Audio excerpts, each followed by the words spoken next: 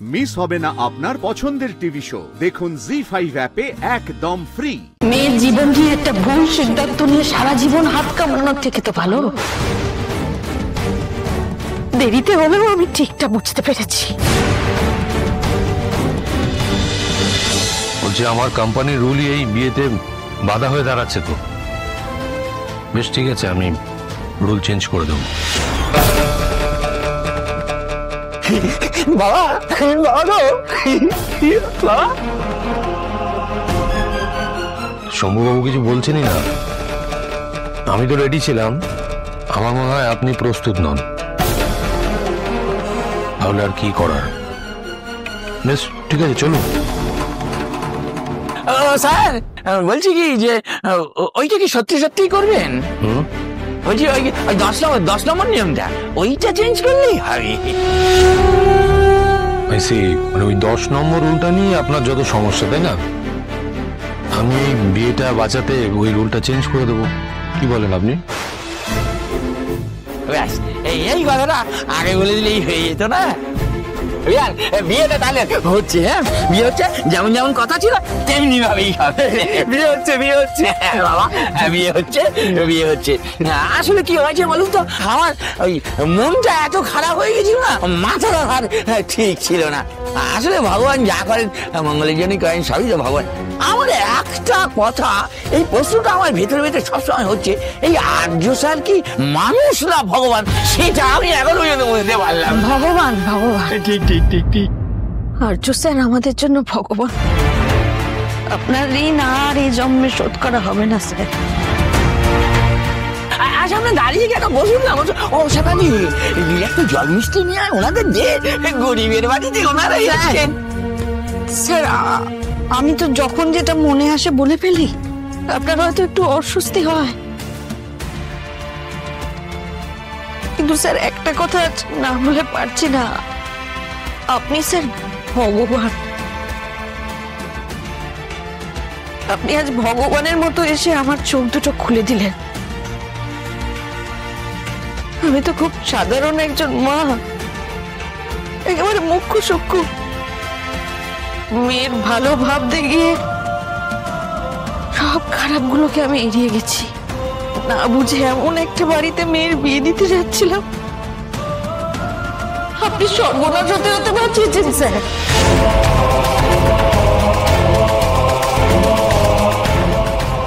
এসব আবার কি কথা? সবই তো মিটে গেল। মেটাতেই তো এসেছিলাম, এবার মিটিয়ে দিয়ে যাব। শম্ভুবাবু, এই বিয়েটা হবে না। কি বলছেন, ভেবে বলছেন তো? একদম ভেবেই বলছি। পরে কিন্তু পস্তাতে হবে, হাত কামড়াতে হবে বলে দিলাম। মেয়ের জীবন নিয়ে একটা ভুল সিদ্ধান্ত নিয়ে সারা জীবন হাত কামানোর থেকে তো ভালো দেরিতে হলেও আমি ঠিকটা বুঝতে পেরেছি। আমার সিদ্ধান্ত একদম ঠিক। আপনার ছেলের ভালো বিয়ে হোক, কিন্তু আমার মেয়ের সঙ্গে নয়।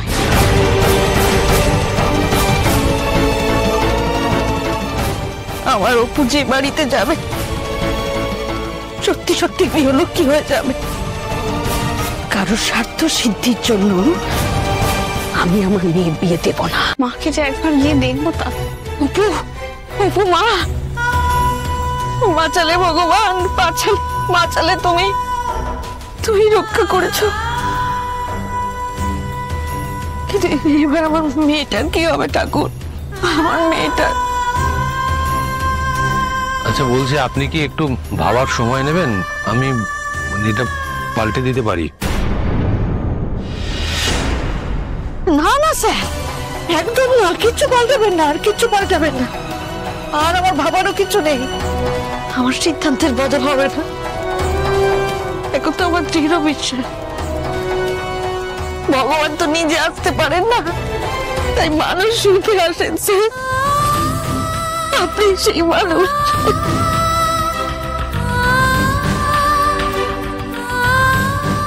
মা কি হয়েছেটা কি? মানে তুমি এরকম অস্থির হয়ে গেলে, আবার অস্থির হয়ে ফিরে এলে, বুঝতে পারছি না তো। উনি আসা যাওয়ার মাঝখানে ডিসিশনটা পাল্টে ফেলেছেন। কি? অপু, এই বিয়ে হবে না অপু।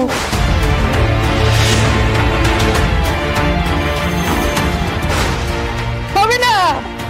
আমি আমি আমি নিজেই বিয়ে ভেঙে দিয়ে এসেছি। সত্যি বলছো? হ্যাঁ রে মা, সত্যি সত্যি সত্যি আমি ভেঙে দিয়েছি এই বিয়ে।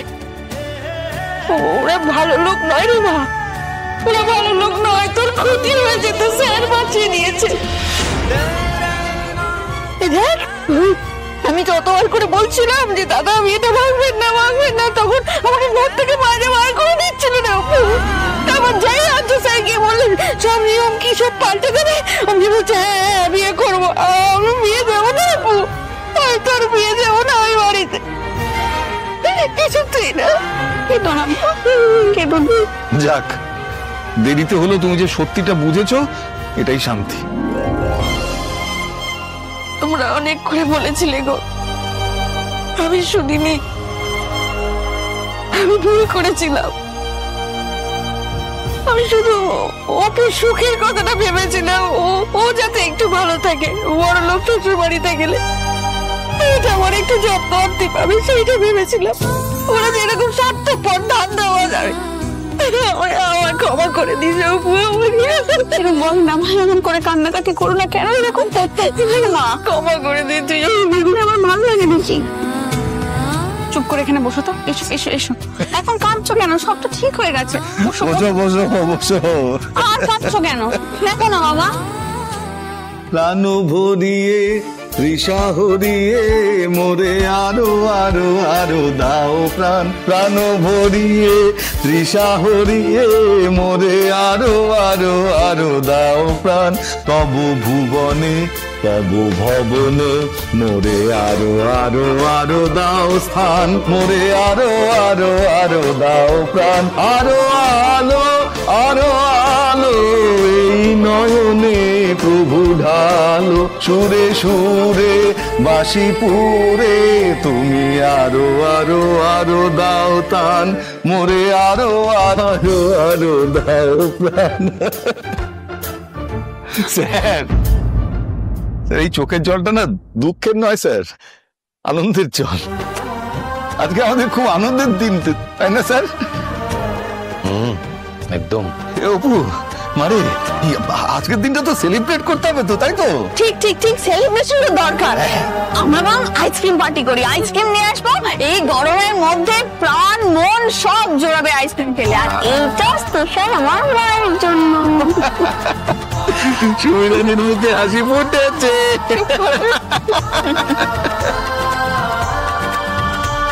জি5 ডাউনলোড করুন আর সব এপিসোড দেখুন একদম ফ্রি।